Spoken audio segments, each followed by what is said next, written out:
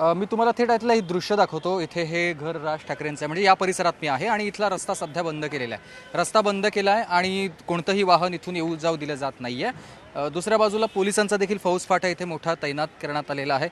तिकडे पोलिसांनी समोर आत जाण्यासाठीचा रस्ता आहे, म्हणजे शिवाजी पार्कमध्ये आत जाण्याचा हा रस्ता आहे आणि त्या रस्त्यावर देखील पाऊस आता रिमझिम पाऊस सुरू झाला आहे। एका बाजूला चिखल होतं पण सुकलेलं होतं, पण आता जर पाऊस असा सुरू झाला तर मग चिखल आणखी वाढेल आणि त्यानंतर मग आत बसणं कठीण होऊ शकतं किंवा खुर्च्यांवरच बसावं लागेल, कुठेही उभं राहता येणार नाही आहे। आणि चिखल जर वाढलं तर इथे आत जाणारी वाहनं, म्हणजे अगदी उद्धव ठाकरेंचं वाहन जरी असेल तरी ते देखील आत जाणं कठीण होऊन जाईल।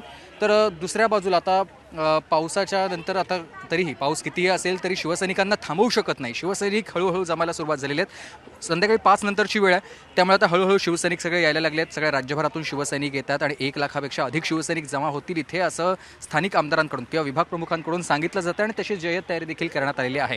पण दुसऱ्या बाजूला उद्धव ठाकरे नेमका आज काय मार्गदर्शन करणार? कारण दरवर्षी ज्यावेळेला दसरा मेळावा असतो, दसरा मेळावा हा शिवसैनिकांसाठी असतो, शिवसैनिकांना ऊर्जा देणारा। आणि दुसरं म्हणजे शिवसैनिकांना पुढच्या वर्षीची काय तयारी असेल किंवा वर्षभरामध्ये काय काय कार्यक्रम हाती घ्यायचे आहेत किंवा काय काय आपली योजना असणार आहे, पुढची दिशा पक्षाची काय असणार आहे, हे दसरा मेळाव्यामधून सांगितलं जातं। आणि म्हणूनच शिवसैनिक सगळे दसरा मेळाव्यासाठी जमा होतात।